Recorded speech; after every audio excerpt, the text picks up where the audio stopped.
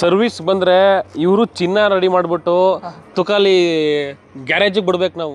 ಏನಪ್ಪಾ ಅಂತಂದ್ರೆ ಲಾಸ್ಟಲ್ಲಿ ಕೊಡ್ತಾರಲ್ಲ ನೀಟಾಗಿ ವಾಶ್ ಮಾಡಿ ನೀಟಾಗಿ ಏನು ಕೊಳೆ ಆಗ್ದಂಗೆ ಕೊಡ್ತಾರಲ್ಲ ಅದನ್ನ ತೋರಿಸ್ಬಿಡ್ತಾರೆ ನಮ್ಗೆ. ನೋಡಪ್ಪ ಸರ್ವಿಸ್ ಆಗಿದೆ. ಪ್ರಾಡಕ್ಟ್ಸ್ ಅದೃಷ್ಟ ಲಕ್ಷ್ಮಿ, ಸರ್ವಿಸ್ ದರಿದ್ರ ಲಕ್ಷ್ಮಿ. ನೆನ್ನೆ ತಾನೇ ವರಮಹಾಲಕ್ಷ್ಮಿ ಮುಗಿಸ್ಕೊಂಡ್ ಬಂದಿದೀವಿ ಮಾಡಕ್ಕೆ ಅಂತ, ಕೊನೆಗೆ ವರಮಹಾಲಕ್ಷ್ಮಿ ಹಬ್ಬ ಮಾಡಕ್ಕೆ ಅಂತ ಮನೆಗೆ ಬಂದು ನಾವು ಅಷ್ಟೇ. ಏನು ಮಾಡೋಕ್ಕಾಗಲ್ಲ. ಹಲೋ ಗೈಸ್, ಎಲ್ರಿಗೂ ನಮಸ್ಕಾರ. Welcome to P K with bikes.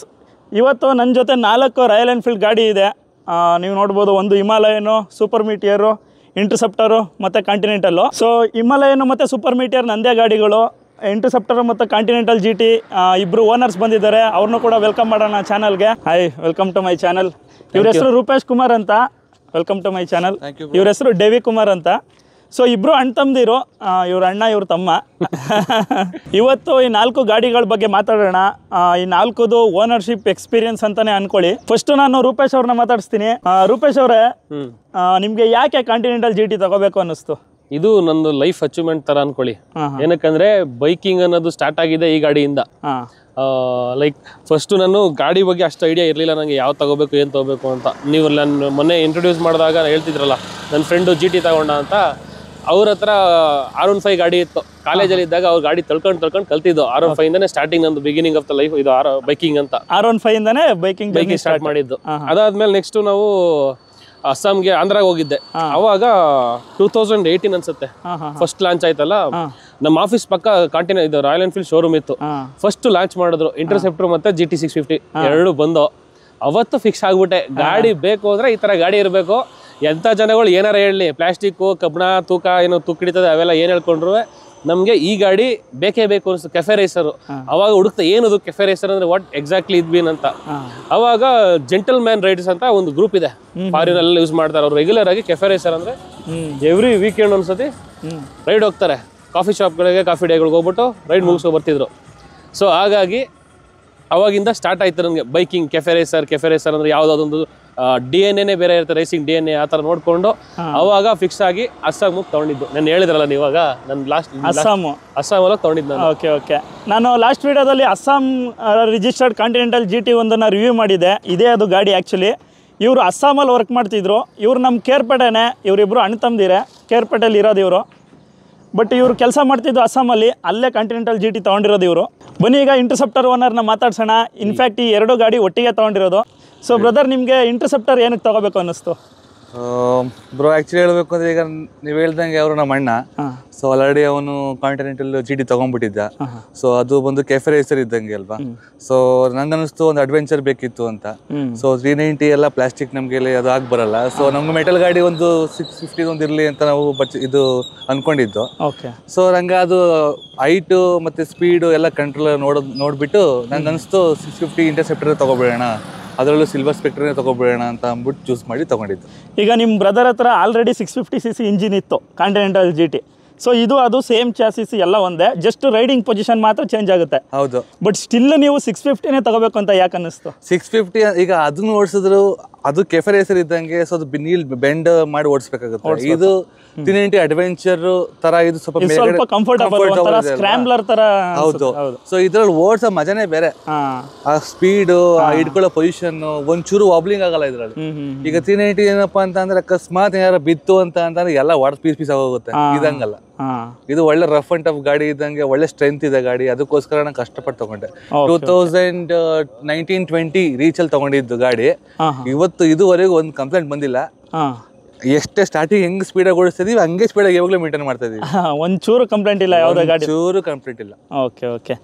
So ನಿಮ್ಗೆ ಅನ್ನಿಸ್ಬೋದು ಇದೆರಡು ಗಾಡಿಗಳನ್ನ ಇವರು ಜಾಸ್ತಿ ಓಡಿಸಿಲ್ಲ ಅಂತ. ಬಟ್ ಇದು ಆ್ಯಕ್ಚುಲಿ ಎಷ್ಟು ಕಿಲೋಮೀಟರ್ ಓಡಿದೆ ಬ್ರದರ್?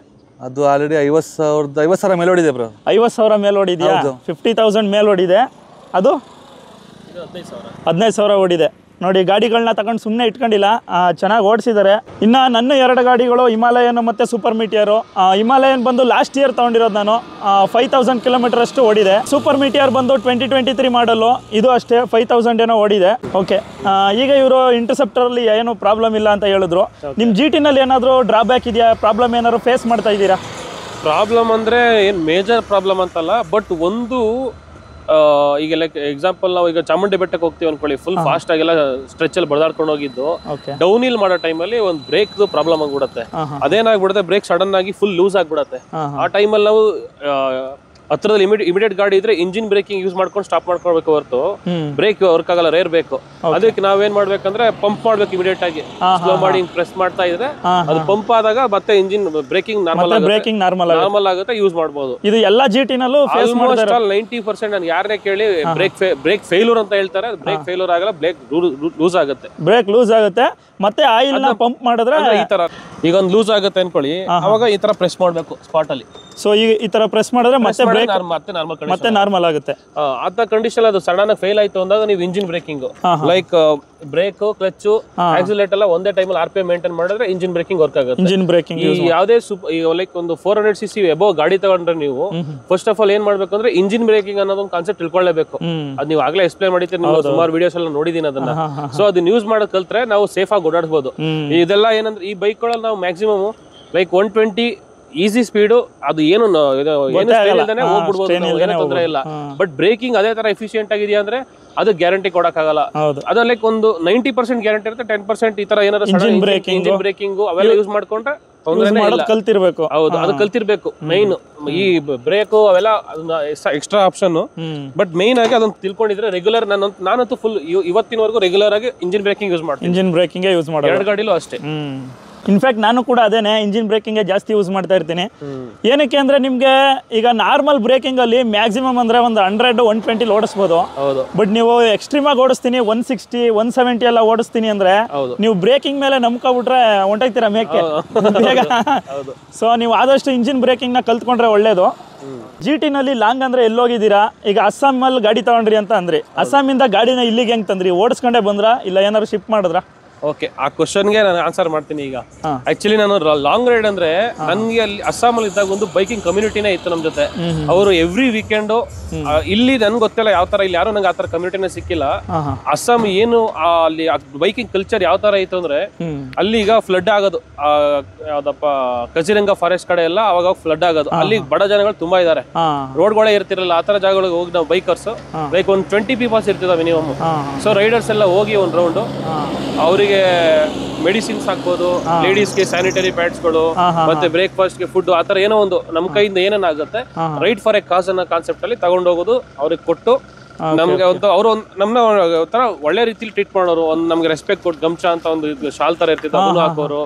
ಅದೆಲ್ಲ ನೀವು ನೋಡಿದ್ರೆ ಮೈ ಜುಮ್ ಅನ್ಸುತ್ತೆ. ಅದೇ ನಾನು ಫೋಟೋಸ್ ಅಲ್ಲೆಲ್ಲ ನೋಡಿದ್ದೆ. ಹೌದು, ತೋರಿಸ್ತೀನಿ ಅದನ್ನ. ಅದು ರಿಯಲ್ ಆಗಿ ಅಲ್ಲಿ ನಾವು ರೈಡರ್ಸ್ ಗಳೆಲ್ಲ, ಅಲ್ಲಿ ಫ್ಯಾಮಿಲಿಗಳು ಇರ್ತಾರಲ್ಲ, ಕುಟುಂಬಗಳೆಲ್ಲ ಅದೇ ತರ ಟ್ರೀಟ್ ಮಾಡ್ತಾರೆ. ನಮ್ಗೆ ಮಕ್ಳುಗಳು ಯಾರು ಈ ತರ ಬಂದ್ರು ಅಂದ್ರೆ ಸಾಕು, ಕರೆದು ಟೀ ಕಾಫಿ ಕೊಟ್ಕೊಂಡು ಒಂಥರ ಸಕ್ಕದಾಗಿರೋದು. ಇಲ್ಲೆಲ್ಲ ನಾನು ಅದನ್ನ ನೋಡೇ ಇಲ್ಲ, ಅದನ್ನ ಎಕ್ಸ್ಪೀರಿಯನ್ಸ್ ಮಾಡಿಲ್ಲ.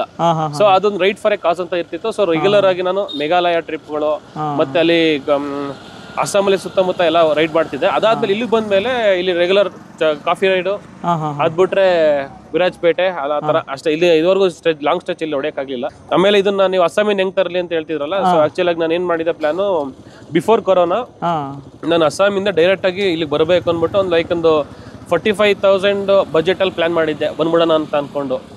ಸೊ ಉಳ್ಕೊಂಡು ಸ್ಟೇ ಆಗಿ ಎಲ್ಲ ಬರ್ಬೇಕಾಗಿತ್ತು. ಬಟ್ ಕೊರೋನಾ ಬರಲಾಗಿ ರೂಮ್ಸ್ ಎಲ್ಲ ಸಿಗಲ್ಲ, ಫುಡ್ ಸಿಗಲ್ಲ ಅನ್ನೋ ಒಂದು ಕಾನ್ಸೆಪ್ಟ್ ಇಂದ ನಾನು ಆಮೇಲೆ ಗಟ್ಟಿ ಅಂತ ಇದಿದೆಯಲ್ಲ ಯಾವುದು ಟ್ರಾನ್ಸ್ಪೋರ್ಟ್ ಅವ್ರಿಗೆ ಹಾಕಿ ತಗೊಂಡಿದ್ದಾಯ್ತು. ಸೊ ಟ್ರಾನ್ಸ್ಪೋರ್ಟ್ ಅಲ್ಲಿ ನಿಮ್ಗೆ ಏನು ತೊಂದರೆ ಆಗ್ಲಿಲ್ಲ? ಏನು ಒಂದು ಪಿನ್ ಪಾಯಿಂಟ್ ಡ್ಯಾಮೇಜ್ ಮಾಡಿ, ಯಾಕಂದ್ರೆ ನಾನೇ ಖುದ್ದಾಗೆಲ್ಲ ಪ್ಯಾಕ್ ಮಾಡ್ಬಿಟ್ಟಿದ್ದೆ. ನಾನು ಅವ್ರು ಏನೇ ಮಾಡಿದ್ರು ಅವ್ರಿಗೆ ಒಂದು 500 ರೂಪಾಯಿ ಕೊಟ್ಟು ಮಾಡ್ಸಿದ್ರೆ ತಿರ್ಗಾ ನಾನು ಎಕ್ಸ್ಟ್ರಾ ಬಾಕ್ಸ್ ಪಟ್ಕೊಂಡು ಕಟ್ಟೋದು ಎಲ್ಲಾನು ಮಾಡಿ ಹಾಕಿದ್ದೆ. ನೀವು ಇನ್ನ ಅಸ್ಸಾಂ ರಿಜಿಸ್ಟ್ರೇಷನ್ ಅಲ್ಲೇ ಗಾಡಿ ಓಡಿಸ್ತಾ ಇದ್ದೀರಾ ಕರ್ನಾಟಕಕ್ಕೆ ಬಂದ್ಮೇಲೂ?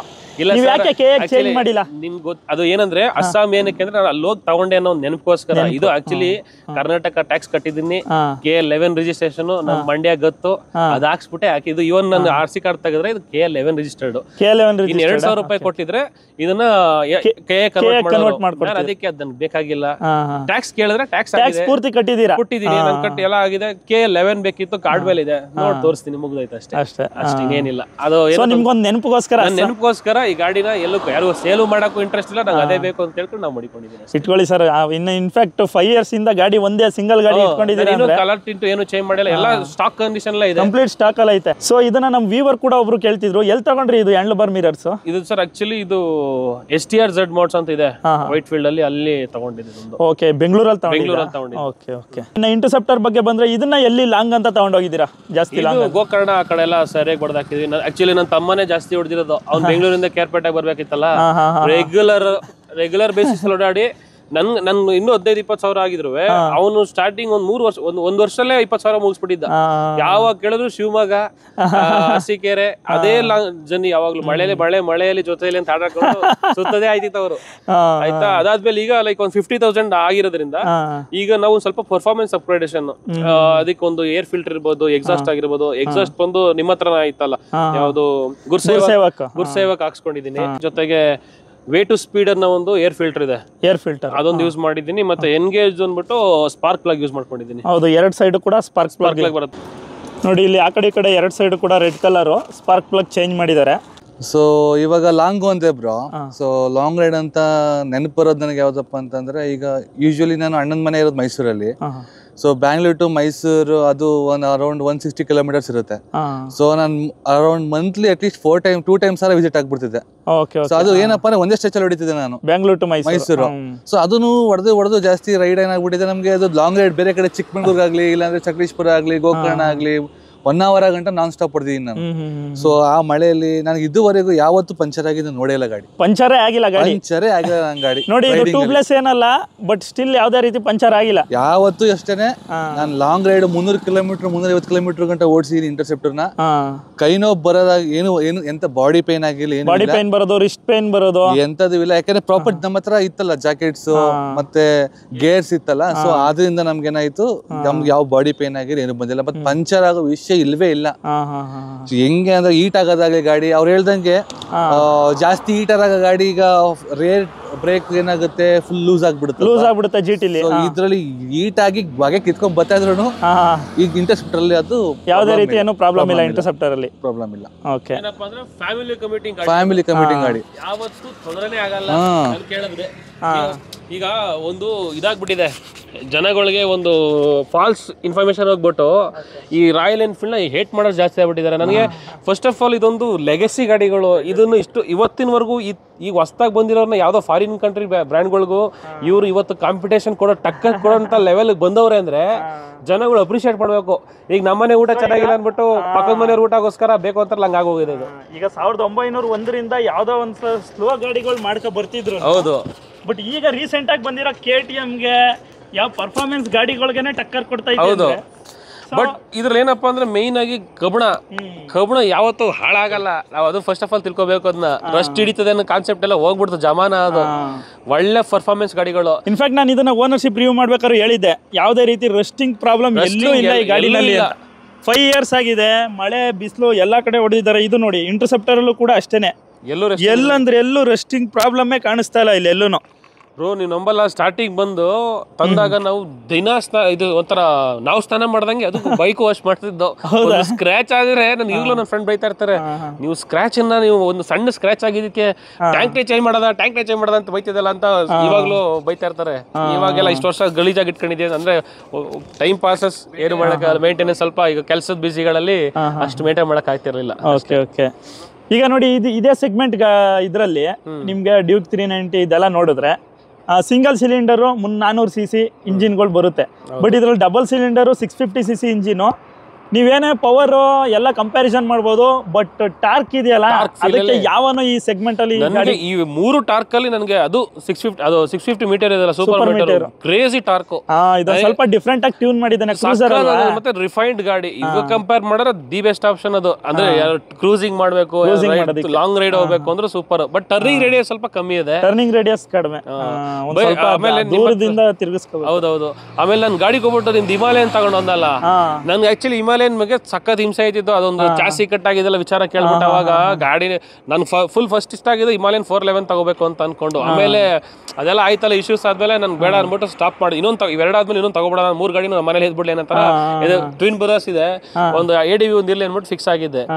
ಆಮೇಲೆ ಬೇಡ ಚಾಸಿ ಎಲ್ಲ ಕಟ್ ಆಯ್ತು ಅನ್ನೋ ಕಾರಣಕ್ಕೆ ಬೇರೆ ಹುಡುಕನ ಇನ್ನೊಂದ್ 2 ವರ್ಷ ಓಡಿಸ್ಬಿಟ್ಟು ಮಾಡೋಣ ಅನ್ಬಿಟ್ಟು ಇದನ್ನ ತಗೊಂಡು ಇದು ನಿನ್ನ ರೈಟ್ ತಗೊಂಡೋಗಿದ್ದೆ. Crazy feeling. ನನ್ಗೆ ಈ ರಾಯಲ್ ಎನ್ಫೀಲ್ಡ್ ಅಲ್ಲಿ ಆತರ ರಾ ಫೀಲಿಂಗ್ ಕೊಡ್ತಾರೆ ಅಂತ ನನ್ಗೆ ಗೊತ್ತೇ ಇರಲಿಲ್ಲ. ಇಷ್ಟ ದಿವಸ ಡಬಲ್ಸ್ ಹೋಗ್ತಿದ್ದೆ ನನ್ನ ವೈಫ್ ಕರ್ಕೊಂಡು. ಮೊನ್ನೆ ರೀಸೆಂಟ್ ಆಗಿ ಸಿಂಗಲ್ ರೈಡ್ ಮಾಡಿದೆ ನೋಡಿ, ಕ್ರೇಜಿ ಫೀಲಿಂಗ್ ಅದೇ. ಅದನ್ನ ನಾನು ಎಕ್ಸ್ಪ್ಲೈನ್ ಮಾಡಕ್ಕೆ ಆಗಲ್ಲ ನಿಮ್ಗೆ, ಅಷ್ಟು ಖುಷಿ ಆಗ್ಬಿಟ್ಟೆ. ನಾನು ಮನೆಗೆ ಹೋದ್ರೆ ನಮ್ಮಮ್ಮ ಅಂತೂ ಇಷ್ಟ ಎಕ್ಸೈಟ್ ಆಗಿದೆಯಾ ಏನಿದೆ ಅಂತ ನಾನು ನಿಮ್ಗೆ ಇಮಿಡಿಯೇಟ್ ಆಗಿ ಫೋನ್ ಮಾಡಿ ಹೇಳಿದೆ ಅವತ್ತು. ನಾನು ಅಷ್ಟು ಖುಷಿ ಆಯ್ತು ನನಗೆ. ಇವ್ರು ಓಡಿಸಿದ ಇದೇ ಗಾಡಿ ಹಿಮಾಲಯನ್ 450 ಒಂದು ವಾರದಿಂದ ಇದು ಇತ್ತು. ಸೊ ಈ ಗಾಡಿನ ಓಡಿಸ್ಬಿಟ್ಟು ಬಂದ್ಬಿಟ್ಟು ಫೋನ್ ಮಾಡ್ಬಿಟ್ಟು ಯಾವ ತರ ಮಾತಾಡ್ತಾ ಇದಾರೆ ಅಂದ್ರೆ ಫುಲ್ ಎಕ್ಸೈಟ್ ಆಗ್ಬಿಟ್ಟಿದ್ದಾರೆ. ಅದನ್ನ ಒಂಥರ ಎಕ್ಸ್ಪ್ರೆಸ್ಸೇ ಮಾಡೋಕ್ಕಾಗಲ್ಲ, ಅಷ್ಟೊಂದು ಎಕ್ಸೈಟ್ ಆಗ್ಬಿಟ್ಟಿದ್ರು ಈ ಗಾಡಿ ಓಡಿಸ್ಬಿಟ್ಟು. ಅಂದ್ರೆ ಅಷ್ಟು ಚೆನ್ನಾಗಿದೆ ಇದು ಗಾಡಿ. ಹೌದು, ಒಂಥರ ಜಾಯ್ ಫೀಲಿಂಗ್. ಅದು ನಿಮ್ಗೆ ಬೈಕಿಂಗ್ ಅಂದ್ರೆ ಅದೇ ಅಲ್ವಾ, ಒಳಗಡೆ ಸೋಲ್ ಫೀಲ್ ಆಗುತ್ತೆ ಮನ್ಸಲ್ಲಿ ನಮ್ಗೆ, ಅದು ಮುಖ್ಯ. ಇದು ಒಂದು ಫಾಸ್ಟೆಸ್ಟ್, ಇದು ಟೂರರ್, ಬೆಸ್ಟ್ ADV ನನ್ ಕೇಳಿದ್ರೆ ಈ ಸೆಗ್ಮೆಂಟ್ ಗಳಲ್ಲಿ. ಈ ನೆಕ್ಸ್ಟ್ ಅಪ್ಗ್ರೇಡ್ ಆಗಬೇಕು ಅಂದ್ರೆ ಲೀಟರ್ ಕ್ಲಾಸ್ ಇಂಜಿನ್ಗೆ ಹೋಗ್ಬೇಕು ಅಷ್ಟೇ. ಹೌದು, ಇದರಿಂದ ಅಪ್ಗ್ರೇಡ್ ಆದ್ರೆ ಲೀಟರ್ ಕ್ಲಾಸ್ ಹೋದ್ರೇನೆ ಚೆನ್ನಾಗಿರುತ್ತೆ. ಎಂಟ್ರಿ ಲೆವೆಲ್ಗೆ ದಿ ಬೆಸ್ಟ್ ಆಪ್ಷನ್ಸ್ ಇದೆ ಯಾರಿಗೆ ಆದ್ರೂ. ಮಿಡಲ್ ಕ್ಲಾಸ್ಗೆ ಮೇನಿಯಾಕ್ ಇದ್ದಂಗೆ ಇದು. ನೀವು ಹೌದು. ಈಗ ಈ ತರ ಗಾಡಿಗಳನ್ನ ತಗೊಂಡಾದ್ಮೇಲೆ ಮುಖ್ಯವಾಗಿ ಮೇಯ್ನ್ ಬರೋದೇ ಸರ್ವಿಸು. ಪ್ರಾಬ್ಲಮ್ ಆಗಲಿ ಇಲ್ಲ ನೆಗೆಟಿವ್ಸ್ ಆಗಲಿ ಪಾಸಿಟಿವ್ ಆಗಲಿ ನಾವು ಫೇಸ್ ಮಾಡೋದೇ ಸರ್ವಿಸ್ನಲ್ಲಿ. ಸರ್ವಿಸ್ ಹೆಂಗಿದೆ ಅಂತ ಕೇಳೋಣ ಬನ್ನಿ. ಬ್ರೋ, ಈಗ ನೀವು GT ಮತ್ತು ಇಂಟರ್ಸೆಪ್ಟರ್ ಎರಡನ್ನೂ ಓನ್ ಮಾಡಿದ್ದೀರಾ. ನಾನು ಸೂಪರ್ ಮೀಟಿಯರು ಮತ್ತು ಹಿಮಾಲಯನ್ ಎರಡನ್ನೂ ಓನ್ ಮಾಡಿದ್ದೀನಿ. ಇನ್ನೊಂದು ಕ್ಲಾಸಿಕ್ 350 ಮನೇಲಿದೆ. ಸೊ ಅದಲ್ದೇ ಇನ್ನು ಓಲ್ಡ್ ಕ್ಲಾಸಿಕ್ 350, ನನ್ನ ಹತ್ರನೂ ಒಂದು GT ಇತ್ತು, ಐಸ್ ಕ್ವೀನು, ಮತ್ತು ಕ್ಲಾಸಿಕ್ 500 ಕೂಡ ಇತ್ತು. ಸೊ ಇಷ್ಟೊಂದು ಗಾಡಿಗಳು ಓನ್ ಮಾಡಿದ್ಮೇಲೆ ನಾವೇ ಒಂದು ಬೆಸ್ಟ್ ಎಕ್ಸಾಂಪಲ್ಲು ಸರ್ವಿಸ್ ಬಗ್ಗೆ ಹೇಳೋದಕ್ಕೆ. ಸೊ ಫಸ್ಟು ನಾನು ನಿಮ್ಮಿಬ್ರನ್ನ ಕೇಳ್ತೀನಿ, ಗಾಡಿಗಳದ್ದು ಸರ್ವಿಸು ರಾಯಲ್ ಎನ್ಫೀಲ್ಡಲ್ಲಿ ಯಾವ ಥರ ಇದೆ? ಸರ್ವಿಸ್ ಬಂದರೆ ಇವರು ಚಿನ್ನ ರೆಡಿ ಮಾಡಿಬಿಟ್ಟು ತುಕಾಲಿ ಗ್ಯಾರೇಜಿಗೆ ಬಿಡ್ಬೇಕು ನಾವು. ಚಿನ್ನ ಇದೆ ನಮ್ಮ ಹತ್ರ, ಅದನ್ನ ಎಲ್ಲ ಲೋಕಲ್ ಅಂಗಡಿಗಳು ರಿಪೇರಿ ಮಾಡ್ಕೊಳ್ಳೋ ಥರ ಮಾಡಿಬಿಟ್ಟಿದ್ದಾರೆ. First of all like royal Enfield ಒಂದು ಟೈಮಲ್ಲಿ ಲೈಕ್ ಫ್ರೀ ಸರ್ವಿಸ್ ಇದ್ದಾಗ ತುಂಬ ಚೆನ್ನಾಗಿ ನೋಡ್ಕೊಂಡ್ರು. ಸ್ಟಾರ್ಟಿಂಗಲ್ಲಿ ಏನೂ ಅಂತ ಮೇಜರ್ ಇಶ್ಯೂಸೇ ಬರಲ್ಲ. ಬ್ರೇಕ್ ಫೇಲ್ಯೂರ್ ಆಗುತ್ತೆ ಅನ್ನೋ ಥರ ಹೇಳಿದೆ ನಿಮ್ಗೆ ಆಗಲೇ, ಎಲ್ಲರೂ ಹೇಳೋ ಥರನೇ. ಸೊ ಅದನ್ನು ರೆಕ್ಟಿಫೈ ಮಾಡ್ಕೊಂಡಿದ್ರೆ ಸರ್ ಇದು ಯೂನಿವರ್ಸಲ್ ಪ್ರಾಬ್ಲಮು, ಪಂಪ್ ಮಾಡಿ ಅಂತಾರೆ. ಸೊ ಈ ಥರ ಇಶ್ಯೂಸ್ ಇದ್ದಾಗ ಈ ಥರ ಪವರ್ಫುಲ್ ಬೈಕ್ಗಳು ಕೊಟ್ಟಾಗ ಜನಗಳು ಓಡ್ಸೋಕ್ಕೆ ಕಾನ್ಫಿಡೆನ್ಸ್ ಬರಲ್ಲ. ಅದಲ್ದೇ ಇವರು ಮಾಸಿವ್ ಪ್ರೊಡಕ್ಷನ್ ಮಾಡ್ತಿದ್ದಾರೆ. ಇವರು ಮಾರ್ಕೆಟಿಂಗ್ ನೆಕ್ಸ್ಟ್ ಲೆವೆಲ್ ಮಾಡಿಬಿಟ್ಟು ಗಾಡಿಗಳು ಮಾರ್ಕೆಟಿಗೆ ಬಿಟ್ಬಿಟ್ಟಿದ್ದಾರೆ. ಬಟ್ ಸೇಲ್ಸ್ ಕ್ರೇಜಿಯಾಗಿ ಆಗ್ತಿದೆ, ಬಟ್ ಸರ್ವಿಸ್ ಸರಿ ಇಲ್ಲ. ಈ ಸರ್ವಿಸ್ ಸರಿ ಮಾಡಬೇಕು ಅಂದರೆ ಅವರು ಟ್ರೈನ್ ಅಪ್ ಮಾಡಿರೋದು ಬೇಸಿಕ್ ಲೋಕಲ್ ಇವರು ಇರ್ತಾರಲ್ಲ ಮೆಕ್ಯಾನಿಕ್ ಕರ್ಕೊಂಡೋಗಿ ಅವ್ರು ಟ್ರೈನ್ ಅಪ್ ಮಾಡಿದ್ದಾರೆ. ಬಟ್ ಆ ಲೆವೆಲ್ ಅವ್ರಿಗೆ ಸಾಕಾಗಲ್ಲ. ಒಳ್ಳೆ ಟಾಪ್ ಆಫ್ ದಿ ಲೈನ್ ಇರೋರು ಒಳ್ಳೊಳ್ಳೆ ಎಕ್ಸ್ಪರ್ಟ್ಸ್ಗಳು ಕರೆಸಿ ಆ ಇಂಜಿನು ಹೌದು ಆ ಲೆವೆಲ್ಗೆ ಸಪ್ರೇಟ್ ಮಾಡಿದ್ರು ಬೆಸ್ಟ್. ಅವಾಗ ಇವರು ಟ್ರಸ್ಟ್ ನಂಬಿಕೆ ಉಳ್ಕೊಳ್ತಾರೆ. ಒಂದು ಎಕ್ಸಾಂಪಲ್ ಕೊಡ್ತೀನಿ ನೋಡಿ. ಈಗ ತುಂಬ ಜನಗಳು ರಾಯಲ್ ಎನ್ಫೀಲ್ಡ್ ಬೈಕಲ್ಲಿ ಸರ್ವಿಸ್ ಸೆಂಟರ್ ಕೊಟ್ಟರೆ ಅವರು ಆ ಗಾಡಿ ಪಾರ್ಟ್ಸ್ ಕಿತ್ತು ಈ ಗಾಡಿ ಹಾಕ್ತಾರೆ, ಈ ಗಾಡಿ ಕಳಿಸೋದು ಹಂಗೆ ಕಿತ್ತಾಕ್ತಾರೆ ಅಂತ. ನನಗೆ ಒಂದು ಎಕ್ಸ್ಪೀರಿಯನ್ಸ್ ಆಗಿದೆ. ನಂದು ಬ್ಯಾಟ್ರಿ ಪ್ರಾಬ್ಲಮ್ ಇತ್ತು ಸ್ಟಾರ್ಟಿಂಗು. ಆವಾಗ ನಾನು ಎಲ್ಲೋ ಲಾಂಗ್ ರೈಡ್ಗೆ ಹೋಗ್ಬೇಕಿತ್ತು, ಆಯಿತಾ. ಇದೊಂದು ಪಾಸಿಟಿವ್ ಅಂದ್ಕೊಳ್ಳಿ. ನಾನು ಅವ್ರನ್ನ ಕೇಳ್ಕೊಂಡೆ, ಸರ್ ಸರ್ವಿಸ್ಗೆ ಇದೊಂದು ಪ್ರಾಬ್ಲಮ್ ಆಗ್ಬಿಟ್ಟಿದೆ ಅಂತ ತಳ್ಕೊಂಡು ಹೋಗಿ ಅಲ್ಲಿ ನಿಲ್ಲಿಸಿದ್ದೆ. ಅವರು ಪಾಪ ತಳ್ಕೊಂಬಂದವರಲ್ಲ ಅಂದ್ಬಿಟ್ಟು ಯಾವುದೋ ಒಂದು ಆಕ್ಸಿಡೆಂಟ್ ಆಗಿದ್ದೆ ಗಾಡಿಯಲ್ಲಿ, ಬಂದಿರುತ್ತಲ್ಲ ತುಂಬ ಗಾಡಿಗಳು, ಅದ್ರದ್ದೊಂದು ರಿಲೇ ಅಸೆಂಬ್ಲಿ ಕಿತ್ತಿ ಇದಕ್ಕೆ ನನಗೆ ಹಾಕೊಟ್ಟಿದ್ರು. ಸೊ ಇದು ನಮಗೆ ಒಂದು ಅದು ನಾನು ಸರ್ವಿಸ್ ಬಿಟ್ಟಿದ್ರು ಇನ್ನೊಂದು 3-4 ಅವರ್ಸ್ ಬೇಕಿತ್ತು ಮಿನಿಮಮ್. ನನಗೆ ಅರ್ಜೆಂಟ್ಗೋಸ್ಕರ ಒಂದು ಸಿಂಪಲ್ ಆಗಿ ಇದೊಂದು ಮಾಡಿಕೊಟ್ರು. ಇದು ನಾನು ಅವ್ರು ಒಳ್ಳೆತನಕ್ಕೆ ನಾನು ಅಪ್ರಿಷಿಯೇಟ್ ಮಾಡ್ತೀನಿ. ಬಟ್ ಅವ್ರ ಹತ್ರ ಪಾರ್ಟ್ಸ್ಗಳು ಇದ್ದಿದ್ರೆ ಅವ್ರು ಅದು ಮಾಡ್ತಿರ್ಲಿಲ್ಲ. ಸೊ ಈ ಥರ ನಾನು ಹೇಳ್ತಿರೋದು. ಅದೇ ಪಾರ್ಟ್ಸ್ ಅವೈಲೇಬಿಲಿಟಿ ಸ್ವಲ್ಪ ಇನ್ನೂ ಚೆನ್ನಾಗಿರ್ಬೇಕು ಅಂತ. ಹೌದು, ಪಾರ್ಟ್ಸ್ಗಳು ಸ್ಪೇರ್ ಪಾರ್ಟ್ಸ್ಗಳು ತುಂಬ ಮೇಯ್ನ್. ಅದು ಅವೈಲೇಬಿಲಿಟಿನೇ ಇರಲ್ಲ. ಹೌದು ಬ್ರೋ, ಆ್ಯಕ್ಚುಲಿ ಈಗ ಸರ್ವಿಸ್ ಅಂತ ಅಂದರೆ ಬಂದರೆ ಆ ಟಾಪಿಕ್ ಅಂತ ತೆಗೆದ್ರೆ, ಸೊ ಈಗ ನೀವು ಕಷ್ಟಪಟ್ಟು ಅಂದರೆ ಈಗ ಇಷ್ಟಪಟ್ಟು ತುಂಬ ಜನ ಏನು ಮಾಡ್ತಾರೆ, ಎನ್ಫೀಲ್ಡ್ ಬೈಕ್ ತೊಗೋತಾರೆ. ಸೊ ಸ್ಟಾರ್ಟಿಂಗ್ 500 ಕಿಲೋಮೀಟ್ರ್ ಗಂಟೆ ಯಾವ ಪರ್ಫಾರ್ಮೆನ್ಸು ನಿಮ್ಗೆ ಗೊತ್ತಾಗಲ್ಲ ಓಡಿಸಿದ್ರೆ. ಫಸ್ಟ್ ಆಫ್ ಆಲ್ ಎಲ್ಲ ಗಾಡಿಗಳು ಸ್ಮೂತಾಗಿರುತ್ತೆ. ಈವನ್ ನೀವು 100cc ತೊಗೊಂಡ್ರೂ ಅಷ್ಟೇ ಸ್ಮೂತಾಗಿರುತ್ತೆ. ಸೊ ಅವಾಗೇನು ಮಾಡ್ತಾರೆ ಅಂತಂದರೆ, ಈಗ ನಾನು ಇದು ಮ್ಯಾಕ್ಸಿಮಮ್ ಸರ್ವಿಸ್ ಕೊಟ್ಟಿರೋದು ಬ್ಯಾಂಗ್ಳೂರಲ್ಲಿ. ಮೈಸೂರಲ್ಲಿ ನಮ್ಮ ಅಣ್ಣ ಒಂದು 2 ಸಲ ಕೊಟ್ಟಿರ್ಬೋದು. ಯಾಕೆ ಕೊಟ್ಟಿರ್ಬೋದು ಅಂತಂದರೆ ಬೆಂಗಳೂರಲ್ಲಿ ಸಾಕಾಗಿದೆ ನಮ್ಗೆ ಕೊಟ್ಟು ಅವ್ರು ಹಂಗೆ ಮಾಡ್ತಾರಲ್ಲ ಟ್ರೀಟು, ಅದು ನಮಗೆ ಅದು ಅಸಹ್ಯ. ಅಂದರೆ ಅಸಹ್ಯನ ಹೇಳೋಕ್ಕಿಂತ ಬೆಂಗಳೂರಲ್ಲೇ ನಾನು ಬೇಕಾದ್ರೆ ಶೋರೂಮ್ ನೇಮ್ ಹೇಳ್ಬಿಡ್ತೀನಿ ಬೇಕಾದ್ರೆ ಯಾವ ಡಬ್ಬಾ ಸರ್ವಿಸ್ ಅಂತ. ಸೊ ನನಗೆ ಎಕ್ಸ್ಪೀರಿಯೆನ್ಸ್ ಅಂತಂದರೆ ಅಲ್ಲಿ ನೀವು ಅಫಿಷಿಯಲಿ ಹೈರ್ ಮಾಡಿರ್ತಾರೆ ಟೆಕ್ನಿಷಿಯನ್ಸ್ನ, ಬಟ್ ಅವ್ರು ಅನ್ಅಫಿಷಿಯಲಿ ವರ್ಕ್ ಮಾಡ್ತಾ ಇರ್ತಾರೆ. ಅನ್ಅಫಿಷಿಯಲಿ ವರ್ಕ್ ಮಾಡ್ತಾ ಇರ್ತಾರೆ. ಏನು ಮಾಡ್ತಿದ್ದಾರೆ ಅಂತ ಗೊತ್ತಾಗಲ್ಲ. ಅವ್ರು ಏನಪ್ಪಾ ಅಂತಂದ್ರೆ ಲಾಸ್ಟಲ್ಲಿ ಕೊಡ್ತಾರಲ್ಲ ನೀಟಾಗಿ ವಾಶ್ ಮಾಡಿ ನೀಟಾಗಿ ಏನು ಕೊಳೆ ಆಗ್ದಂಗೆ ಕೊಡ್ತಾರಲ್ಲ ಅದನ್ನ ತೋರಿಸ್ಬಿಡ್ತಾರೆ ನಮಗೆ, ನೋಡಪ್ಪ ಸರ್ವಿಸ್ ಆಗಿದೆ ಅಂತ. ಅವ್ರಿಗೆ ಈ ಗಾಡಿ ಈಗ ನೀವು ರಿವ್ಯೂ ಮಾಡಿದ್ರಲ್ಲ ಅಷ್ಟನ್ನು ರಿವ್ಯೂ ಮಾಡೋದ ಗಾಡಿಲಿ ಅವರು. ಏನಪ್ಪ ಅಂತಂದ್ರೆ ಈಗ 1,500 ಕಿಲೋಮೀಟರ್ ಹೊಡಿದ್ಯಾ, ಇಂಜಿನ್ ಆಯಿಲ್ ಚೇಂಜ್ ಮಾಡಿಬಿಡು, ಕ್ಲಚ್ ಪ್ಯಾಡ್ ತೆಗೆದುಬಿಡು ಅಷ್ಟೇ. ಈ ಒಳಗಡೆ ಏನು ನಡೀತಾ ಇದೆ, ಇಂಜಿನ್ ಒಳಗಡೆ ಟಾರ್ಕ್ ಎಷ್ಟು ಕ್ಲಿಯರ್ ಆಗುತ್ತಲ್ವಾ, ಫುಲ್ ಬ್ಲ್ಯಾಕ್ ಆಗಿ ಬಂದ್ಬಿಟ್ಟಿರುತ್ತೆ, ಏನ್ ಇದೇ ನಡೀತದೆ ಅಂತ ಗೊತ್ತೇ ಇರಲ್ಲ ಅವ್ರಿಗೆ. ಸೊ ನಾವೇನ್ ಮಾಡ್ತೀವಿ, ಹೌದು, ಈಗ ಒಬ್ಬ ಹ್ಯೂಮನ್ ಬೀಯಿಂಗ್ ಆಗಿ ನೀವೇನ್ ಮಾಡ್ತೀರಾ, ಪ್ರತಿ ಒಂದು 3 monthsಗೋಸ್ಕರ ಹೆಲ್ತ್ ಚೆಕ್ಅಪ್ ಮಾಡ್ತಾರೆ. ಮನುಷ್ಯರಾಗಿ ನಾವೇ ಮಾಡ್ಕೋತೀವಿ ಅಂತ ಅಂದ್ಮೇಲೆ ಸೊ ನಾನು ಡಿಸೈಡ್ ಮಾಡ್ತೀನಿ, ನನ್ನ ಗಾಡಿ ಅಷ್ಟೊಂದರಿ ಓಡಿಸಿದೀನಿ, ಇಲ್ಲಿ ಗಂಟ ಒಂಚೂರು ಪ್ರಾಬ್ಲಮ್ ಬಂದಿಲ್ಲ, ಏನಪ್ಪ ಆಗಿರೋದು, ಏನು ವ್ಯತ್ಯಾಸನೇ ಕಾಣ್ತೇವಲ್ಲ ಅಂತ ಅಂದ್ಬಿಟ್ಟು ನಾ ಏನ್ ಮಾಡಿದೆ, ಒಂದು ಬ್ಯಾಂಗ್ಳೂರಲ್ಲಿ ಬೈಯಪ್ಪನಹಳ್ಳಿ ಹತ್ರ ಒಂದು ರಾಯಲ್ ಎನ್ಫೀಲ್ಡ್ ಲವರ್ ಅಂತಾನೆ ಏನೋ ಒಂದು ಶೋರೂಮ್ ಇದೆ ಬ್ರೋ. ಅಲ್ಲಿ ಹೋಗಿದ್ದೆ, ಅವರು ನನಗೆ ಅನ್ಎಕ್ಸ್ಪೆಕ್ಟೆಡ್ ಅದು ಆಕ್ಚುಲಿ. ಏನಪ್ಪಾ ಅಂದ್ರೆ ಅವ್ರು ತೆಗೆದು ತೋರ್ಸಿಬಿಟ್ರು ಇಂಜಿನ್ ಒಳಗಡೆ ಏನಾಗಿದೆ ಅಂತ. ಅವಾಗ ಗೊತ್ತಾಯ್ತು ನಂಗೆ, ಫುಲ್ ಅದು ಬ್ಲಾಕ್ ಕಲರ್ ಒಂಥರ ಪೌಡರ್ ತರ ಕ್ರಿಯೇಟ್ ಆಗ್ಬಿಟ್ಟಿತ್ತು ಇಂಜಿನ್ ಒಳಗಡೆ. ನೀವು ಅವ್ರು ಹೇಳಿದ್ರು ತೆಗಿಲಿಲ್ಲ ಅಂತಂದ್ರೆ ಮೈಲೇಜ್ ಡ್ರಾಪ್ ಆಗುತ್ತೆ, ಮತ್ತೆ ಇಂಜಿನ್ ಪ್ರಾಬ್ಲಮ್ ಆಗ್ಬಿಡುತ್ತೆ. ನಿಮ್ಗೆ ಎಕ್ಸಾಸ್ಟ್ ಆಗ್ತಾ ಇರ್ತಿರಲ್ವಾ, ಎಕ್ಸ್ಟ್ರಾ ಹಾಕೊಂಡ್ರೆ ಏನಾಗ್ಬಿಡುತ್ತೆ, ಮತ್ತೆ ಮೈಲೇಜ್ ಡ್ರಾಪ್ ಆಗ್ಬಿಡುತ್ತೆ ಅಂತ ನಮ್ಗೆ ಸೊಲ್ಯೂಷನ್ ಕೊಟ್ಟಿದ್ದು ಅವರೇನೆ. ಸೊ ಅವಾಗಿಂದ ನಾ ಏನ್ ಮಾಡಿದೆ, ಅವ್ರ ತಕ್ಕೆ ನಾನು ರೆಗ್ಯುಲರ್ ಕಸ್ಟಮರ್ ಹೋಗ್ತಾ ಇದ್ದೀನಿ. ಇನ್ಫ್ಯಾಕ್ಟ್ ನಾನು ಬೆಂಗಳೂರಲ್ಲಿ ಇದ್ದಾಗಲೂ ಕೂಡ ನನ್ನ ಓಲ್ಡ್ ಕ್ಲಾಸಿಕ್ 350 ಇತ್ತು, ಅದನ್ನ ನಾನು ಹೊರಗಡೆನೆ ಸರ್ವಿಸ್ ಮಾಡಿಸ್ಕೊತಿದ್ದು, ಶೋರೂಮ್ಗಂತೂ ತಗೋ ಹೋಗ್ತಿರ್ಲಿಲ್ಲ ಸರ್ವಿಸ್ಗೆ. ವರ್ಸ್ಟ್ ಸರ್ವಿಸ್ ಕೊಡ್ತಾರೆ ರೀ ರಾಯಲ್ ಎನ್ಫೀಲ್ಡ್ ಅವರು ಶೋರೂಮ್ ಅಲ್ಲಿ. ಏನಕ್ಕಂದ್ರೆ ಏನನ್ಬೋದು, ದರಿದ್ರ ಸರ್ವಿಸ್ ಅನ್ಬೋದು.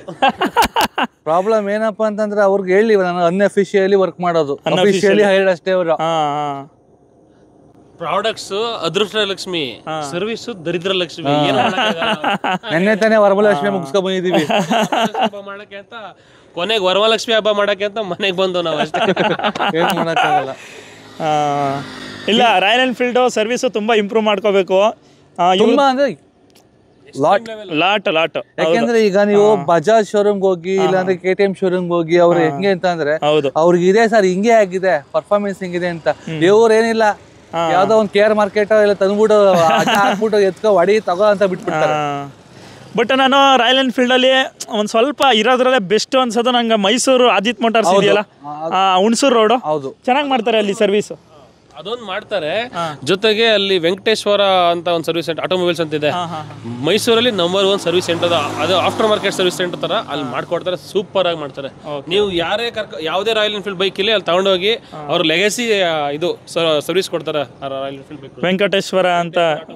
ಓಕೆ. ಸೊ ಇನ್ನು ವಾಬ್ಲಿಂಗ್ ವಿಷಯಕ್ಕೆ ಬಂದರೆ, ಹಿಮಾಲಯನು ಮತ್ತು ಸೂಪರ್ ಮೀಟಿಯರಲ್ಲಿ ವಾಬ್ಲಿಂಗ್ ಇಶ್ಯೂನೇ ಇಲ್ಲ, ಯಾವುದೇ ರೀತಿ ವಾಬ್ಲಿಂಗ್ ಆಗಲ್ಲ ಇದು.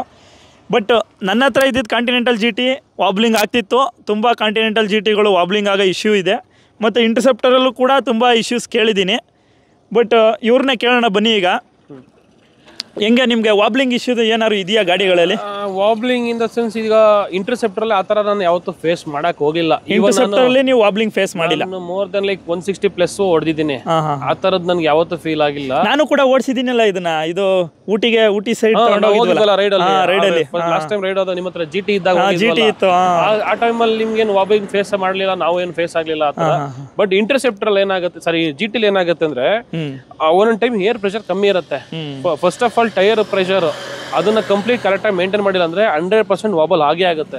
ಅದೊಂಥರ ಪಂಚರ್ ಆಗಿರೋ ಗಾಡಿ ಓಡಿಸ್ದಂಗೆ, ಕೈಗೆ ಶಕ್ತಿ ಇಲ್ದೇನೆ ಸುಮ್ಮನೆ ಗಾಡಿ ಕೊಟ್ಟಂಗೆ ಆಗ್ಬಿಟ್ಟಿರುತ್ತೆ. ಸೊ ಅದಕ್ಕೆ ಏನ್ ಮಾಡ್ಬೇಕಂದ್ರೆ ಏರ್ ಪ್ರೆಷರ್ ಪಕ್ಕ ಮೇಂಟೈನ್ ಮಾಡ್ಲೇಬೇಕು. ಏರ್ ಪ್ರೆಷರ್ ಸ್ವಲ್ಪ ನೋಡ್ಕೋಬೇಕು, 100% ಪರ್ಫೆಕ್ಟ್ ಆಗಿ ಇರ್ಲೇಬೇಕು. ಅವ ನೀವು ಹೈ ಸ್ಪೀಡ್ ಮಾಡ್ತೀವಿ ಅಂದ್ರೆ ಲೈಕ್ ಒಂದು 160+ ಮಾಡ್ತೀರ ಅಂದಾಗ ಒಳ್ಳೆ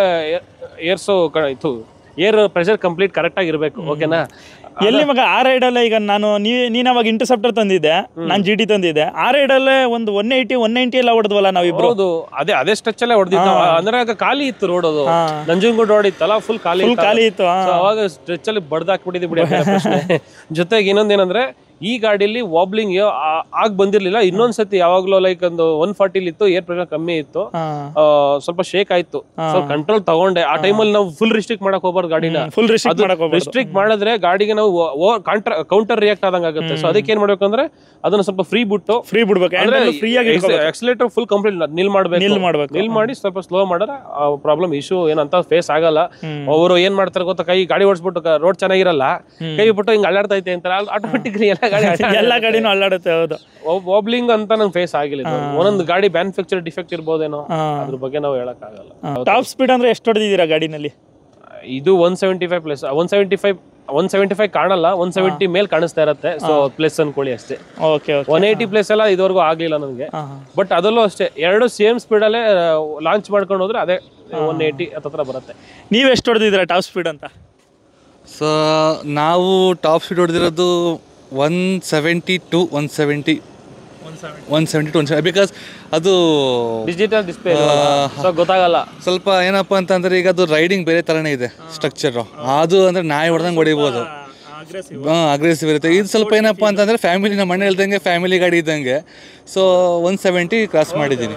ಅದು ಫ್ಯಾಮಿಲಿ ಸ್ಪೋರ್ಟ್ಸ್ ಗಾಡಿ. ಹೌದು, ಹಿಂದ್ಗಡೆ ಇರೋರ್ಗಂತೂ ಯಾವತ್ತು ಪಿನ್ ಬಂದಿಲ್ಲ. ಅದೊಂದು ಬ್ಯಾಕ್ ರೆಸ್ಟ್ ಕ್ರೇಜಿ ಬಿಡ್ತಾರೆ ಅವರು. ವಾಬ್ಲಿಂಗ್ ಯಾವತ್ತೂ ಇಲ್ಲ ಇಂಟರ್ಸೆಪ್ಟರ್. ನಾನು ಇದುವರೆಗೆ ಎಕ್ಸ್ಪೀರಿಯನ್ಸ್ ಮಾಡಿರೋ ಪ್ರಕಾರ ಇಷ್ಟು ಓಡಿಸಿದ್ದೀನಿ, 50,000 ಕಿಲೋಮೀಟರ್ ಓಡಿಸಿದ್ದೀನಿ. ನಮ್ಮ ಅಣ್ಣ ಹೇಳ್ದಂಗೆ ಈಗ ಏರ್ ಪ್ರೆಷರ್ ಕರೆಕ್ಟಾಗಿ ಮೇಂಟೈನ್ ಮಾಡಿಲ್ಲ ಅಂತ ಅಂದರೆ ನಿಮಗೆ ಅದು ವಾಬ್ಲಿಂಗ್ ಬರುತ್ತೆ. ಏನು ಹಿಂಗೆ ಕಿತ್ಕೊಂಡು ಹಿಂಗೆ ಅಲ್ಲಾಡೋ ಥರ ಅಷ್ಟು ವಾಬ್ಲಿಂಗ್ ಬರಲ್ಲ. ಅದು ನಿಮಗೆ ಲೈಟಾಗಿ ಬರುತ್ತೆ. ಸೊ ಕಂಟ್ರೋಲ್ ಮಾಡ್ಕೊಬೋದು. ಬಟ್ ಏನಪ್ಪ ಅಂತಂದರೆ ನೀವು ಚೆನ್ನಾಗಿ ಏರ್ ಪ್ರೆಷರ್ ಮೇಂಟೈನ್ ಮಾಡ್ಕೊಬೇಕು. ಅವಾಗ ಇದು ಚೈನ್ ಸ್ಪ್ರೇ ಹಾಕ್ಕೊಂಡಿರ್ಬೇಕು, ಇಂಜಿನ್ ಆಯಿಲ್ ಚೆಕ್ ಮಾಡಬೇಕು. ನೀವು ಗಾಡಿ ಸಿಕ್ತು ಅಂತ ಅಂದ್ಬಿಟ್ಟು ನಾನು ಆಯರ್ದ ಓಡಿಸ್ಕೊಂಡು ಹೋಗ್ಬಿಟ್ರೆ ಈಗ ಸರ್ವಿಸ್ ಮಾಡಿಲ್ಲ ಅಂದ್ರೆ ಹೆಂಗೆ ಹೋಗೋಕ್ಕಾಗುತ್ತೆ? ಸೊ ನನ್ನ ಪ್ರಕಾರ ಏನಪ್ಪ ಅಂತಂದರೆ ಬೇಸಿಕ್ ನೀಡ್ಸ್ ಕರೆಕ್ಟಾಗಿ ಇರಬೇಕು ಲಾಂಗ್ ರೈಡ್ ಹೋಗ್ಬೇಕಾದ್ರೆ. ಸೊ ವಾಬ್ಲಿಂಗ್ ಅಂತ ಇಲ್ಲ ಬ್ರೋ, ಚೆನ್ನಾಗಿದೆ, ಏನಿಲ್ಲ, ಎಂಥ ಇಶ್ಯೂ ಇಲ್ಲ. ಸೊ ಫೈನಲ್ ಆಗಿ ಈ ಗಾಡಿಗಳನ್ನ ತಗೊಳ್ಳೋರಿಗೆ ಏನು ಹೇಳ್ತೀರಾ ನೀವು? ತಗೋಬೋದಾ ಗಾಡಿ? ಚೆನ್ನಾಗಿದೆಯಾ? ಹೆಂಗೆ ಏನು? ಇದು age group. Age group in sense ಈಗ ಒಂದು ಕಾಲೇಜ್ ಹೋಗ್ತಾ ಇರ್ತಾರೆ ಹುಡುಗರು, ಕ್ರೇಜಿ ಫೀಲಿಂಗು, ಇದು ತಗೊಳ್ಳಿ. ಜಸ್ಟ್ ಮದುವೆ ಆಗಿದ್ದೀರಾ, 40 ವರ್ಷ ಗಂಟೆ ಗಾಡಿ ಬೇಕು, ಅದು ತಗೊಳ್ಳಿ. ಇವೆರಡರ ಮಧ್ಯದಲ್ಲಿ ಮಜಾ ಮಾಡಬೇಕು, ಅಡ್ವೆಂಚರ್ ತಗೊಳ್ಳಿ. ಅಡ್ವೆಂಚರ್ ಎಲ್ಲಾ ಕಡೆಗೂ ಎಲ್ಲ ಯಾವ ಏಜ್ ಗ್ರೂಪ್ ತೊಂದರೆ ಇಲ್ಲ ಅಷ್ಟೇ. ಯಾಕಂದ್ರೆ ಬೆನ್ನುಗಳು ಬಂದೇ ಬರುತ್ತೆ. ನಾವು ಹೇಳೋದಲ್ಲ, ನಾವ್ ಎಷ್ಟೇ ಫಿಸಿಕಲಿ ಫಿಟ್ ಆದ್ರೂ ಈ ಬ್ಯಾಕ್ ಅಲ್ಲಿ ರೆಸ್ಟಿಂಗ್ ಕೂತ್ಕೊಂಡಾಗ 100% ಬೆನ್ನು ಯಾವ ಗಾಡಿ ಆದ್ರೂ ಬಂದೇ ಬರುತ್ತೆ. ಈ ಗಾಡಿಲಿ ನಾನು ಹೇಳ್ತಿಲ್ವಾ, ನಂಗೆ ರಿಸ್ಟ್ ಪೇನ್ ಬರುತ್ತೆ. ಆ ಫೀಲಿಂಗು ಈ ವಯಸ್ಸಲ್ಲಿ ಮಾತ್ರ ಮಾಡಕ್ಕಾಗಲ್ಲ. ನಾವು ಆ ಏಜ್ ಅಲ್ಲಿ 50 ವರ್ಷ ಆದ್ಮೇಲೆ ಗಾಡಿ 50 ವರ್ಷ ಆದ್ಮೇಲೆ ಇಂಥ ಗಾಡಿ ಓಡ್ಸಕ್ಕಾಗತ್ತಾ? ಎಲ್ಲ ಪೇನ್ ಬಂದ್ರೆ ಜಾಸ್ತಿ ಎಕ್ಸ್ಟ್ರೀಮ್ ನೋವು ಬರುತ್ತೆ. ಈ ವಯಸ್ಸಲ್ಲಿ ಆ ಪೇನ್ ಅನುಭವಿಸಿದ್ರೆ ಗಾಡಿ ನೀವೆಲ್ಲ ಕಂಫರ್ಟ್ ಕಾರ ಕೂತ್ಕೊಳ್ಳಿ, ಇಲ್ಲ ಬಸ್ ಕೂತ್ಕೊಳ್ಳಿ. ಬೈಕ್ ಯಾಕೆ? ಬೈಕಲ್ಲಿ ಒಂದು ಫೀಲ್ ಇರ್ಬೇಕು, ಬೈಕಲ್ಲಿ ಹೋಯ್ತದೆ ನೋವು ಇರ್ಬೇಕು, ಎಲ್ಲ ಇರ್ಬೇಕು. ಅವಾಗ್ಲೇ ಬೈಕ್ ರೈಡು. ಅದೇ ಹೇಳ್ತಾರಲ್ಲ, car takes body, bike takes souls ಅಂತ. ಆ ತರ ಫೀಲಿಂಗ್ ಅದು. ಹೌದು, ನಾನು ಇದನ್ನ ಬಳ್ಳಾರಿ ಹಂಪಿಗೆಲ್ಲ ತಗೊಂಡೋಗಿದ್ದೀನಿ, ದೊಡ್ಡ ರೈಡ್ ಎಲ್ಲ ಮಾಡಿದ್ದೀನಿ. ಒಂದು 1200 ಕಿಲೋಮೀಟರ್ ಏನೋ ಓಡಿಸಿದ್ದೀನಿ ಒಂದು ಸಿಂಗಲ್ ರೈಡಲ್ಲಿ. ಬಟ್ ನನ್ಗೇನು ಬ್ಯಾಕ್ ಪೈನು, ಬೆನ್ನೋವು, ಕೈ ನೋವು, ಮೈ ನೋವು ಅದೇನು ಜಾಸ್ತಿ ಅನ್ನಿಸ್ಲಿಲ್ಲ. ಹೈಟು 6+2 ಇದ್ದಾಗ ನಾವು ಸ್ವಲ್ಪ ಜಾಸ್ತಿನೇ ಬೆಂಡ್ ಆಗ್ಬೇಕು. ಜಾಸ್ತಿ ಹೈಟ್ ಇದ್ದಾಗ ಈ ಗಾಡಿನ ಸ್ವಲ್ಪ ಫ್ರೀ ಆಗಿ ಇಟ್ಕೋಬೇಕು. ನೀವು ಸ್ಪೋರ್ಟಿವ್ ಲುಕ್ ಇದೆ ಅಂದ್ಬಿಟ್ಟು ನೀವು ಹಿಂಗ್ ಗಟ್ಟಿಯಾಗಿ ಸ್ಟಿಫ್ ಆಗಿ ಇಟ್ಕೊಂಡ್ರೆ ಯಾವಾಗ್ಲೂ ನಾವು ಗಟ್ಟಿಯಾಗಿ ಹಿಡಿದ್ರೆ ಅಲ್ಲಿ ಬಂದು ನಮ್ಮ ಬಾಡಿ ಸ್ಟ್ರೆಸ್ ಸ್ಟ್ರೈನ್ ಎಲ್ಲ ಅಲ್ಲೂ ಕುತ್ಕೊಳ್ಳುತ್ತೆ. ಸೊ ಹಂಗಾಗಿ ನಾವು ಸ್ವಲ್ಪ ಸ್ಮೂತ್ ಆಗಿ ರೈಡ್ ಮಾಡಿದ್ರೆ ತೊಂದರೆ ಇಲ್ಲ. ಮತ್ತೆ ಇನ್ನೊಂದೇನಂದ್ರೆ ಹಂಪ್ಸ್ಗಳು ಆಗ ಆ ರೋಡ್ಗಳಿಗೆ ಇದು ಆಗಲ್ಲ. ಸಿಟಿ ರೈಡ್ಸು ಮತ್ತೆ ಲೈಕ್ ಎಕ್ಸ್ಪ್ರೆಸ್ ವೇ ರೈಡ್ಸ್ಗಳಿಗೆ ಬೆಸ್ಟ್ ಗಾಡಿ, ಕೆಫೆ ರೇಸರ್ ತರ. ಇದು ನೀವು ಎಲ್ಲಾರ ಓಡಿಸಾಡಿ, ಎಲ್ಲಾರು ಓಡಿಸ್ಬೋದು. ಬೇಕಾದ್ರೆ ಹಿಮಾಲಯಗೂ ಸಾರಿ ಅದು ಲೇ ಲಡಾಖು ತಗೊಂಡು ಹೋಗ್ತಾರೆ, ಹೋಗ್ಬೋದು, ಏನ್ ತೊಂದರೆ ಇಲ್ಲ ಅದರಲ್ಲಿ. ಬಟ್ ನೀವು ಹಿಮಾಲಯನ್ ತಗೋಬಿಟ್ರೆ ನಿಮ್ ಲೈಫ್ ಟೈಮ್ ಒಂದು ಗಾಡಿ, ಸಿಂಗಲ್ ಗಾಡಿ ತರ ಇಟ್ಕೋಬೇಕು. ಲೈಫ್ ಟೈಮ್ ಯಾವಾಗ ಬೇಕಾದ್ರೆ, ಮಕ್ಳಾಗ್ಲಿ, ಮದುವೆ ಆಗ್ಲಿ, ಮೊಮ್ಮಕ್ಳಾಗ್ಲಿ ಎಲ್ಲ ಕರ್ಕೊಂಡು, ಕಾಲೇಜ್ಗಾರು ಹೋಗ್ಲಿ, ಇದೊಂದು ಗಾಡಿ ತಗೋಬಿಟ್ರೆ ನಿಮ್ ಲೈಫ್ ಟೈಮ್ ಕೊನೆ ತನಕ ಇದೊಂದು ಗಾಡಿ ಇಟ್ಕೋಬಹುದು ಅಲ್ವಾ. ಪ್ಯಾಷನ್ ಗಾಡಿಗಳು, ಅದು ಪರ್ಮನೆಂಟ್ ಗಾಡಿಗಳು, ಪರ್ಮನೆಂಟ್ ಗಾಡಿ. ಇದಾಗಿತ್ತು ರಾಯಲ್ ಎನ್ಫೀಲ್ಡ್ ಗಾಡಿಗಳ ಬಗ್ಗೆ ಸರ್ವಿಸು, ಸೇಲ್ಸು, ಮತ್ತೆ ಲಾಂಗ್ ರೈಡ್ ಎಕ್ಸ್ಪೀರಿಯನ್ಸು, ಇನ್ನ ಗಾಡಿ ಫೀಲು, ಇದ್ರ ಬಗ್ಗೆ ಎಲ್ಲ. ತುಂಬ ಜನ ನೆಗೆಟಿವ್ ಆಗಿ ಹೇಳ್ತಾರೆ ರಾಯಲ್ ಎನ್ಫೀಲ್ಡ್ ಗಾಡಿಗಳ ಬಗ್ಗೆ. ನೀವು ಅದಕ್ಕೆಲ್ಲ ಕಿವಿ ಕೊಡಬೇಡಿ. ನೀವು ಫಸ್ಟು ಹೋಗಿ ಟೆಸ್ಟ್ ಡ್ರೈವ್ ಮಾಡಿ ಗಾಡಿನ ಪ್ರಾಪರಾಗಿ, ನೀವು ಫೀಲ್ ಮಾಡಿ ಗಾಡಿನ. ನಿಮ್ಗೆ ಯಾವ ಗಾಡಿ ಇಷ್ಟ ಆಗುತ್ತೆ ಆ ಗಾಡಿನ ತಗೊಳ್ಳಿ. ಯಾರೋ ಒಬ್ಬರು ಹೇಳಿದ್ರು ಅಂದ್ಬಿಟ್ಟು ನೀವು ಬೇರೆ ಗಾಡಿ ತಗೊಳ್ಳೋದು, ಅದು ನಿಮಗೆ ಒಂಥರ ಲೈಫ್ ಟೈಮು ಈ ಗಾಡಿಗಳು ನೋಡಿದಾಗೆಲ್ಲ ನಾನು ಈ ಗಾಡಿ ತಗೋಬೇಕಿತ್ತು ಅಂತ ಅನ್ನಿಸ್ತಾ ಇರುತ್ತೆ. ನಿಮ್ಮ ಲೈಫ್ ಡಿಸಿಷನ್ನ ನೀವೇ ತಗೊಳ್ಳಿ. ಬೇರೆಯವರು ನಿಮ್ಮ ಲೈಫ್ ಡಿಸಿಷನ್ ಮಧ್ಯದಲ್ಲಿ ಇಂಟರ್ಫಿಯರ್ ಆಗೋದಕ್ಕೆ ಬಿಡಬೇಡಿ ಅಂತ ಹೇಳ್ತಾ ಈ ವಿಡಿಯೋನ ಮುಗಿಸ್ತಾ ಇದ್ದೀನಿ. ವಿಡಿಯೋ ಇಷ್ಟ ಆಗಿದ್ರೆ ಲೈಕ್ ಮಾಡಿ, ಕಮೆಂಟ್ ಮಾಡಿ, ಶೇರ್ ಮಾಡಿ. ಹಾಗೆಯೇ ನನ್ನ ಚಾನಲ್ನ ಸಬ್ಸ್ಕ್ರೈಬ್ ಮಾಡಿ.